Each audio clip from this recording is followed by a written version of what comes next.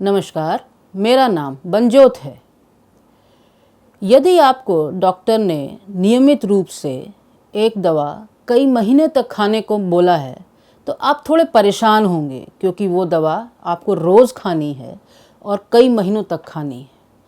पर यदि आप अपने आसपास अपने शहर के सारे मेडिकल स्टोर्स एक एक करके भटक जाएं और किसी स्टोर में या किसी सरकारी अस्पताल में भी वो दवा ना मिले तो आप कितने बेचैन हो जाएंगे।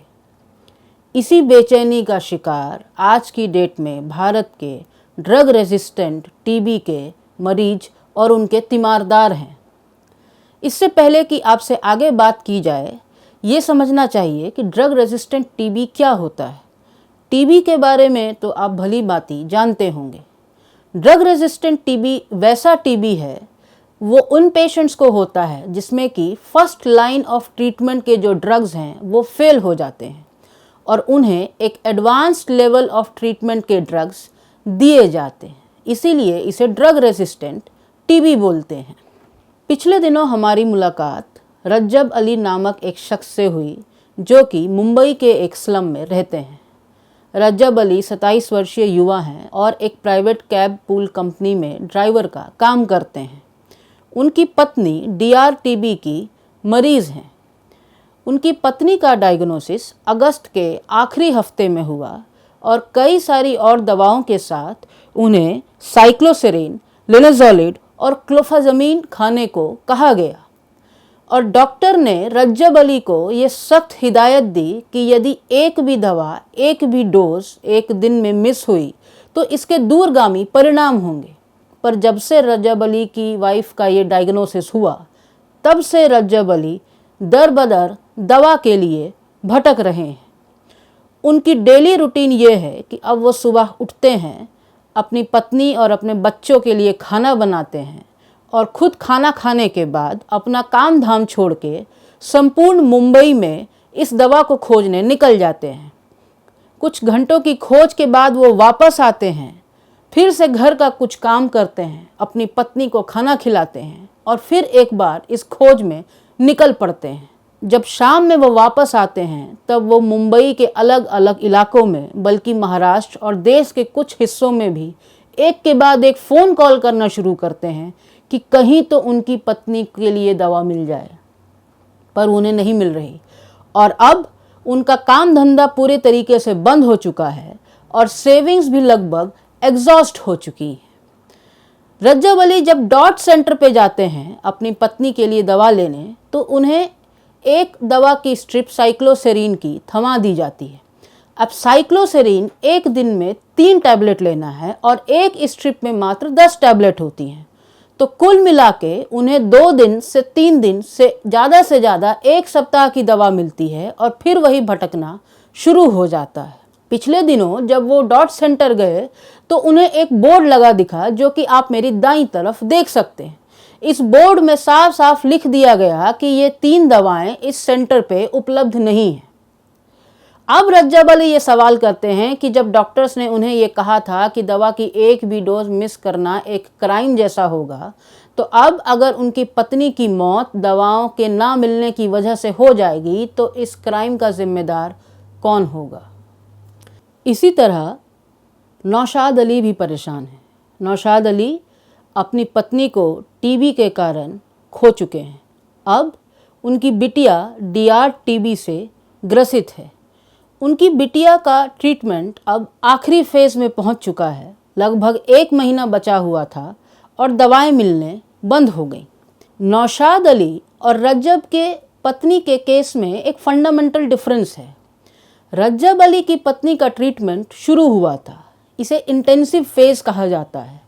इस फेज़ में दवा का रोल ये होता है कि वो ज़्यादा से ज़्यादा टीबी के बैक्टीरिया को मारे, ताकि वह आसपास जो हेल्दी लोग हैं उन तक बैक्टीरिया टीबी का ट्रांसमिट ना हो सके।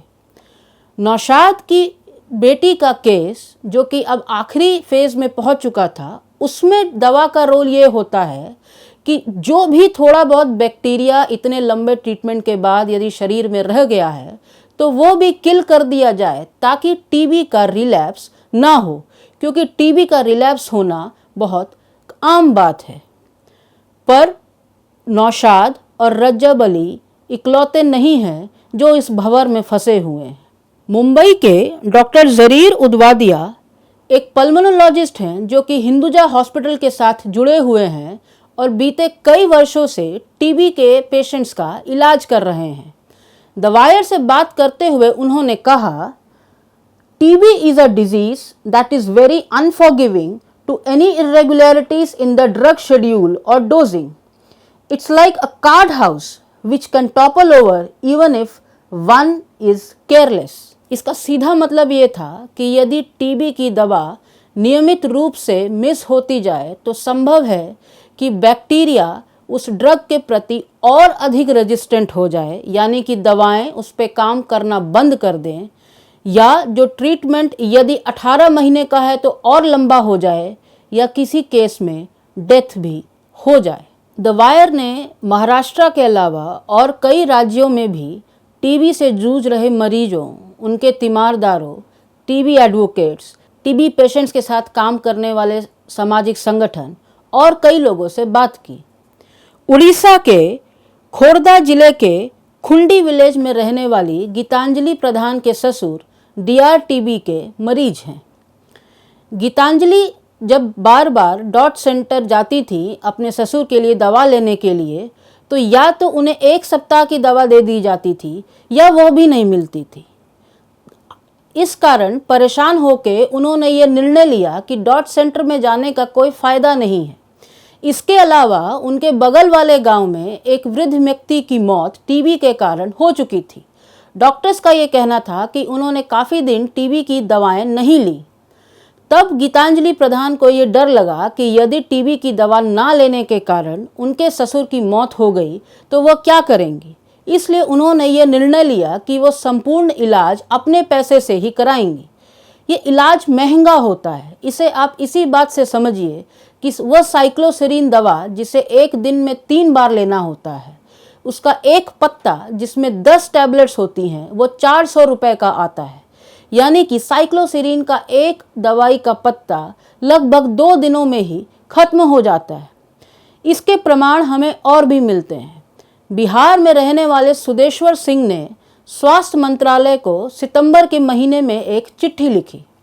उन्होंने कई सारी बातें उस चिट्ठी में लिखी और ये भी लिखा, Several essential DR-TB medicines are continuously out of stock across the country for last 1.5 years, as confirmed by the digital platform Nikshay Aushadhi. Sadly, some people living with TB are forced to buy these medicines from private medical stores, causing severe economic hardships, loss of employment opportunities and malnutrition. उनके पत्र का जवाब नहीं दिया गया। कुल मिला के वो अपने पत्र में कह रहे हैं कि पिछले लंबे समय से DR-TB के मरीज़ मार्केट से, प्राइवेट मेडिकल स्टोर से दवाएं खरीद रहे हैं और जिसके कारण उन पे फाइनेंशियल बर्डन काफ़ी ज़्यादा है। और यदि वो गांव से शहर आते हैं दवा खरीदने तो एक पूरे दिन का उनका डेली वेज का भी नुकसान है। इस तरह मरीज कई तरह की परेशानियों से जूझ रहे हैं। इस पत्र के साथ उन्होंने वो सारी रसीद जो कि उन्होंने विभिन्न टीबी पेशेंट्स के तीमारदारों से कलेक्ट की थी, उसका कोलाज भी स्वास्थ्य मंत्रालय को भेजा। उन रसीद जिसका कोलाज आप मेरी दाईं तरफ देख सकते हैं, उसको देखने से आपको पता चलेगा कि मरीजों का खर्चा 300 रुपये से लेकर 4000 तक हुआ है।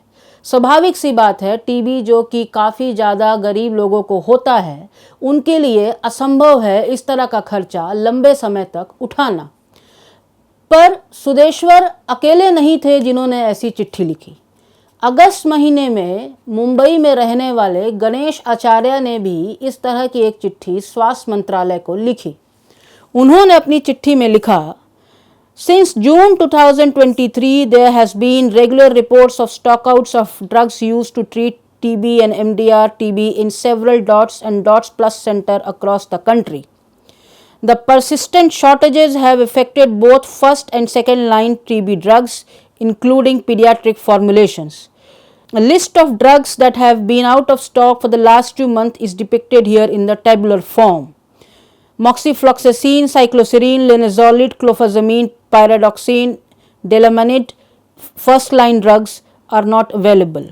उन्होंने अपनी चिट्ठी में कुल मिला के ये कहा कि इतनी सारी दवाएं, और उन्होंने खासकर दवाओं का नाम भी दिया, जून महीने से नहीं है। जून महीने से दिक्कत ज़्यादा बढ़ चुकी है। उन्होंने न सिर्फ अपने लंबे पत्र में इन दवाओं का नाम लिखा, बल्कि सरकार को ये चेताया भी कि इसके दूरगामी परिणाम होंगे। उनकी अगस्त में लिखी हुई इस चिट्ठी को कई सामाजिक संगठनों ने एंडोर्स किया। उनके पत्र का भी जवाब नहीं दिया गया। बहरहाल केंद्र सरकार ने अप्रैल के महीने में राज्यों को चिट्ठी लिख के ये कहा कि आप अपने स्तर पर दवाएं खरीद लें। टीबी की दवाएं केंद्र सरकार ही राज्यों को देती है नेशनल टीबी प्रोग्राम के तहत। जब केंद्र सरकार ने स्टेट टीबी ऑफिसर्स को ये चिट्ठी लिखी तो वो थोड़े हैरान थे। नाम न बताने की शर्त पर एक छोटे राज्य के स्टेट टीबी अफसर ने हमें कहा कि वो बहुत फ्रस्ट्रेटेड हैं। ऐसा इसलिए क्योंकि वह एक छोटे दाम तक ही दवाओं का विक्रय ओपन मार्केट से कर सकते हैं या कंपनियों से ले सकते हैं। उस लिमिट को फिक्स कर दिया जाता है और वो लिमिट ज़्यादातर कंडीशंस में बहुत कम होती है। और अगर उस लिमिट से आगे जाकर उन्हें दवाओं का विक्रय करना है ताकि पेशेंट्स की नीड उनके राज्यों में पूरी हो सके, तो इसके लिए उस फाइल को कई सारे डेस्क पे घूमना होता है, जिसका स्वाभाविक सा मतलब ये है कि उसमें एक लंबा समय लगता है, और समय ही तो टीबी के मरीजों का सबसे इम्पॉर्टेंट फैक्टर है। बिहार के स्टेट टीबी अफसर डॉक्टर बीके मिश्रा हमें बताते हैं कि उन्होंने साइक्लोसिरिन दवा के लिए कंपनी को टेंडर ऑलरेडी दे दिया है, पर कंपनी सप्लाई करने में देरी कर रही है और वह बार बार फॉलोअप कंपनी के साथ कर रहे हैं। पर इमीडिएट नीड को पूरी करने के लिए उन्होंने डिस्ट्रिक्ट टीबी ऑफिसर्स को ये कहा है कि प्राइवेट मेडिकल स्टोर्स में जो दवाएं उपलब्ध हैं उनसे खरीद लिया जाए। वहाँ पर दिक्कत ये है कि यदि एक रेप्यूटेड कंपनी की दवा उन प्राइवेट स्टोर्स में उपलब्ध नहीं है तो उनको क्वालिटी का डर लगता है। इस सारी जद्दोजहद के बीच स्टेट टीबी ऑफिसर्स को ये भी नहीं समझ में आ रहा है कि आखिर वह अपने स्वास्थ्य बजट का कौन सा हिस्सा और बड़ा हिस्सा इन दवाओं के खरीदने में इस्तेमाल करें, क्योंकि उसका प्रोविज़न तो किया ही नहीं गया जाता है। ऐसा इसलिए क्योंकि इन दवाओं की खरीद का काम पहले से केंद्र सरकार का है।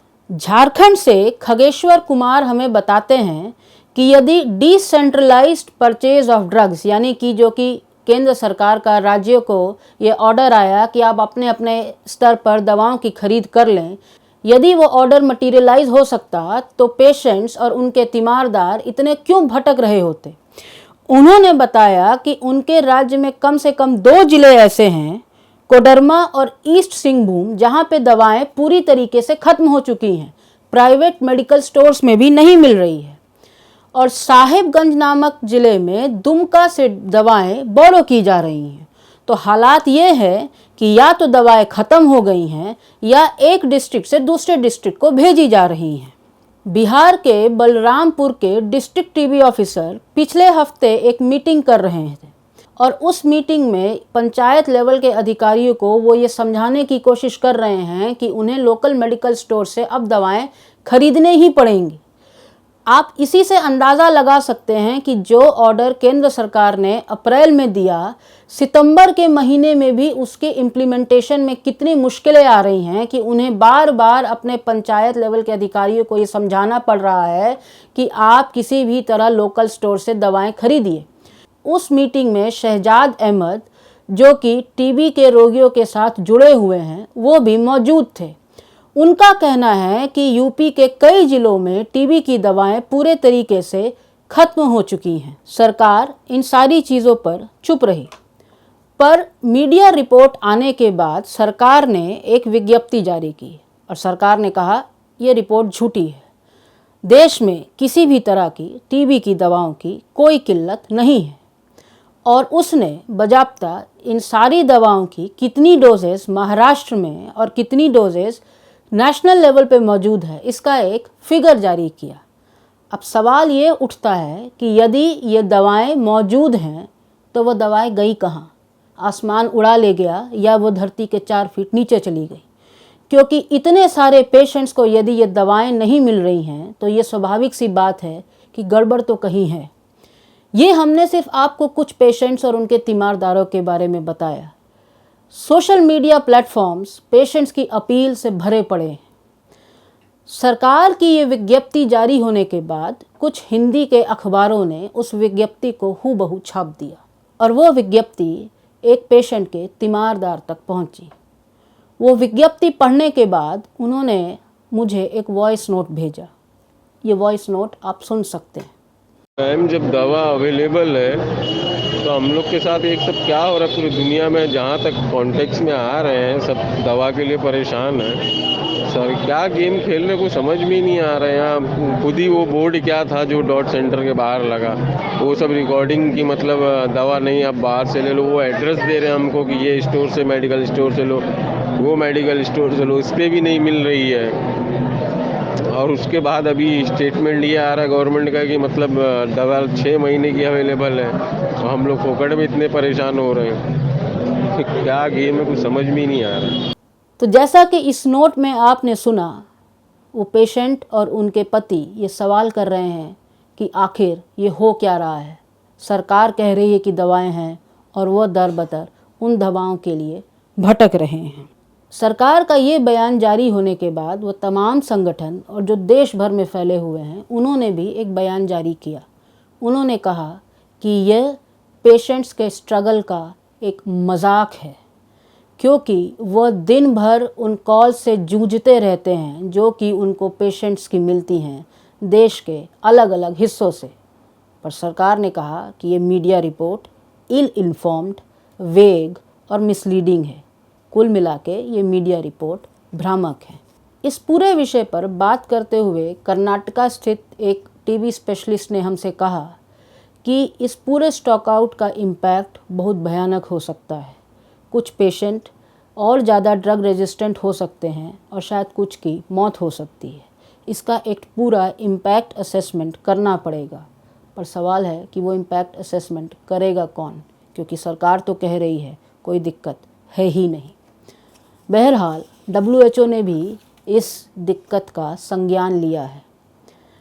द वायर के एक प्रश्न का जवाब देते हुए WHO ने कहा कि वह चिंतित है इस स्थिति पर। WHO की ग्लोबल टीबी हेड टेरेसा कासाएवा ने कहा कि WHO की कुछ टीम्स भारत के कुछ राज्यों का भ्रमण भी कर चुकी हैं ताकि वो इस किल्लत की सच्चाई को पूरे तरीके से जान चुकें। उन्होंने हमारे सवाल का क्या पूरा जवाब दिया, इसे आप सुन सकते हैं। We do have a question from Banjot Kaur at The Wire, India. Do you want to come on screen and ask your question, or do it via audio? Over to you. I would do by audio if that's okay. Sure, go for it. Thanks. Thank you. Thank you for taking my question. My question is to Dr. Teresa. Dr. Teresa, I hope you must be aware of stockout of essential drugs for drug-resistant TB patients in India for quite a while now. I understand the WHO team have gone down to 4 states of India to understand the situation on the ground. Could you please share which were these 4 states and what were the findings? And overall, what is WHO's assessment of the situation, especially because it's about access to drugs and also about the universal healthcare coverage, which has been talked about now. Thank you so much. Thank you very much for your questions. Yes, of course, we are aware and noted with the concern the recent reports on the shortage of TB drugs affecting some facilities and provinces in India. And you're absolutely right. Our colleagues from WHO country offices and regional offices are closely following these situations and visiting states and facilities. And this is still ongoing process. It's not finalized. Once all the comprehensive assessment will be done, of course, we will share the information and findings, but also we hope, because we are working closely with the government and partners, that this unfortunate situation will be sorted out quite soon, as we've been promised, and hopefully by the end of this month, beginning of the next. But we will keep you informed about the findings and ways to prevent these situations in future. तो इस तरह आपने जाना कि TB patients के तीमारदार, TB patients के साथ काम करने वाले ढेर सारे लोग, स्टेट टीबी ऑफिसर्स, डॉक्टर्स, विश्व स्वास्थ्य संगठन सब के सब चिंतित हैं और सब के सब कह रहे हैं कि इस दवा के स्टॉक आउट को सुलझाने के लिए बहुत जल्दी कुछ करने की ज़रूरत है। पर सरकार कह रही है कि कोई दिक्कत, कोई स्टॉक आउट, कोई शॉर्टेज है ही नहीं। जाते जाते आपको 3 तथ्य और बता देते हैं। पूरे विश्व में सबसे ज़्यादा टीबी के पेशेंट्स यदि कहीं पाए जाते हैं तो वो भारत। दूसरा तथ्य ये है कि 2025 यानी कि अब से 1.5 साल बाद भारत टीबी को अपने यहाँ से एलिमिनेट कर देगा। और तीसरा तथ्य ये है कि पिछले सप्ताह ही यूनाइटेड नेशंस यानी कि संयुक्त राष्ट्र में टीबी के मुद्दे पर एक हाई लेवल मीट हुई जिसमें कई देशों के प्रतिनिधि मौजूद थे। भारत के स्वास्थ्य मंत्री मनसुख मंडाविया ने उस मीटिंग को भी अटेंड नहीं किया। इस पूरे मुद्दे पर द वायर ने एक विस्तृत रिपोर्ट अंग्रेज़ी में अपनी वेबसाइट में छापी। उसका लिंक हम आपको कमेंट बॉक्स में साझा कर रहे हैं। उम्मीद है कि आप उसे भी ज़रूर पढ़ेंगे। नमस्कार। द वायर के और वीडियोस देखने के लिए सब्सक्राइब करें और बेल आइकन पर क्लिक करें। स्वतंत्र पत्रकारिता की आर्थिक मदद करने के लिए डिस्क्रिप्शन में दिए गए लिंक पर जाएं और अपनी राशि चुनें।